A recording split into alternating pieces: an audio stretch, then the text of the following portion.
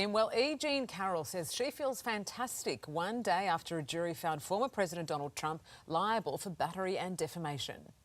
The old view of the perfect victim was a woman who always screamed, a woman who immediately reported, a woman whose life is supposed to fold up and she's never supposed to experience happiness again. That was just shut down with this verdict.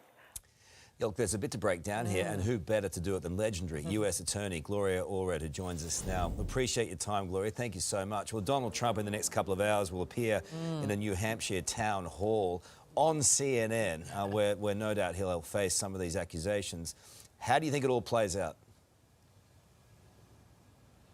Well, I imagine he'll repeat the same thing, his tired old unoriginal lines, that it was a witch hunt, that he can't get a fair trial in New York, that he's a victim, that he doesn't even know her. You know, same old, so to speak. But the point is, the jury heard the case.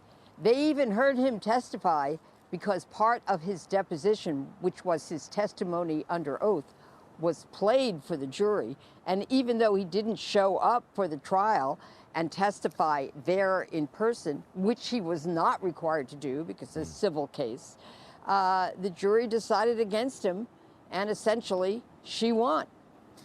As we know, Gloria, with Donald Trump, he's always on the defensive, right? And he's claiming again that this is part of a big witch hunt. Do you think this will hurt his chances at a tilt for the presidency again? Yeah, unfortunately, I doubt it. He's got a dedicated band of followers. But, you know, the issue is it going to affect them? No, I don't think so. Could it affect the votes of independents in the race for the next, for the nomination for presidency by the Republican Party? Maybe, and maybe even if he gets the nomination, it could affect him in the general election. But he's got so many other cases against him. He's got the criminal case, Mar-a-Lago, top secret classified documents, potential charge of obstruction of justice. He has the investigation into the January 6th insurrection going on, and that is very, very serious. He's got the criminal case in New York, the allegation that, you know, involving the so-called hush money payment. And, you know, there are so many, the Georgia potential criminal investigation, which there's speculation there might be an indictment for interfering in the election in Georgia in the summer. He's just in a world of hurt. He'll never admit it, but that's the case. Gloria, you know, when this came through yesterday, I thought this was different, and I've been doing a lot of reading on this, and because it was a civil case, somehow that erodes the magnitude of it from their point of view. Why wasn't it prosecuted from a criminal point of view? Because it was too late for her to file a police report. In other words, a different statute of limitations, meaning that arbitrary time period set by law. Too late to file a criminal case because she didn't want to report it in the first place. And then as to a civil case, there was a new law that was passed in New York last November about Thanksgiving, and that allowed her now to, it's called a look-back window, to file the case, even though her allegations are that he sexually assaulted her in the 90s. It allows that. And by the way, others can file under that Adult Survivor Act as well. Of course, it really hurt Donald Trump, that Access Hollywood tape, too, that was played for the jury. And we all remember that.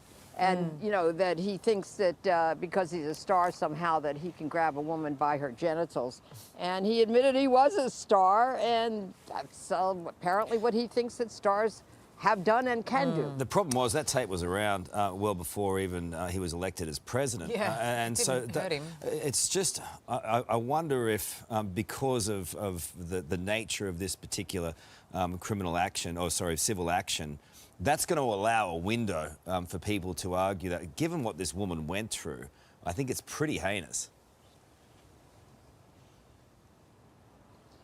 It is, and I mean, any time that any person grabs a woman by, you know, their genitals, or grabs them by the breasts, or grabs them, you know, and kisses them, forces their tongue in their mouth, does anything to a woman to invade her bodily integrity, that shows a lack of respect for her, that shows a lack of willingness to ask her for consent. Is that okay with her? Would we want that to happen to our daughters? No. I don't think any of us who are parents would. But it really helped Mr. Trump as well that 2 other women were allowed to testify. Some people call them prior bad act witnesses, where they also were able to testify that Mr. Trump also grabbed them and inappropriately touched them without their consent. All right, let's see what happens. Gloria, good to talk to you. Thank you for being with us. Welcome back. Well, just one day after being found liable of battery and defamation, former President Donald Trump will face a prime-time town hall on CNN to discuss his next presidential campaign. Joining us to discuss is former White House staffer Laura Schwartz. This will happen in the next couple of hours, but just to reiterate what Sarah said, Donald Trump on CNN, arch enemies. I mean, he is that desperate. Who thought that would be a friendship back for rekindling? You know, what's going to happen? Well, you know, CNN has 400 Republicans tonight waiting for Donald Trump in a town hall. And I tell you, it'll be really interesting because this will be the first, like, immediate reaction to the verdict that was delivered yesterday on sexual abuse and the defamation of a victim. And so we're going to see in real time, is he asked these questions by the audience? What's the audience reaction to his answers? You know, he'll be out there. And these are all folks that I said are Republicans. They'll be voting in the Republican primary. Half of them are full-on Republican, always been, always will be. The other half are Republican-leaning independents. So it's going to be a really interesting way to gauge the temperature of Donald Trump's primary campaign right now since yesterday. And that's the thing, that incident really makes it more newsworthy, doesn't it? But it's interesting because CNN has been labelled irresponsible for having Donald Trump on. I mean, he has got a lot of supporters.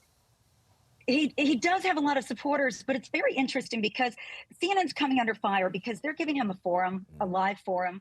He's going to be able to say whatever he wants to say. And it'll be interesting to see how their host, Caitlin Collins, who's very respected, very credible, is she going to have to fact check him? If he's going to bring up election deniability and that it all was rigged, is she going to go on and say, sir, that's not true? You know, how will that happen in a forum? Because we've only seen him, you know, control his own narrative, which is mostly false. So will the CNN host have to be fact checker here? Or are they going to let him say what he wants to say unchecked? They'll be busy if they're doing fact checking. Great to talk to you, Laura. It's still bizarre to me, Donald Trump on CNN in a forum kind of situation. Look, it's 1:30 in the morning there in Vegas. We'll let you go at it. Thanks, guys. Have a great day. Former US President Donald Trump is maintaining his innocence after being found liable of battery and defamation. He'll no doubt be on the offensive when he faces questions at a CNN town hall in the coming hours. Let's go live to CNN's Chris Nguyen in New Hampshire. Chris, thanks for your time today. It's been a big 24 hours for the former president. What can we expect from this town hall? Sarah, good morning to you in Australia. The anticipation is building here as St. Anselm College prepares to welcome the former president as he tries to mount a comeback, a political comeback for the ages. Now, I think some people are really wondering if he would actually show up given everything that has happened in the past 24 hours, as you mentioned, Sarah. But as of right now, it appears to be all systems go. The event is planning to move ahead as scheduled. We know that the president's team, the former president's team, did a walkthrough earlier this afternoon. But keep in mind, his decision to appear at this event really seems to be an acknowledgement that the former president needs to broaden his appeal inside and outside of the Republican Party if he is to clinch the GOP nomination. Now, a CNN spokesperson says no topics will be off limits during the town hall, which will feature Republican and non-committed voters. Again, Sarah, this is the first of many events as we head up until 2024. A lot can happen between now and then. We'll just have to wait and see how it all plays out. But what I can tell you right now, Sarah, is that the former president is the GOP frontrunner. Sarah? Maybe those church bells will entice a confession or two. Thanks so much, Chris. For whom the bell tolls. Wouldn't mind being there at that confession. Might be there a while. Hey there, Today fans. Sarah and...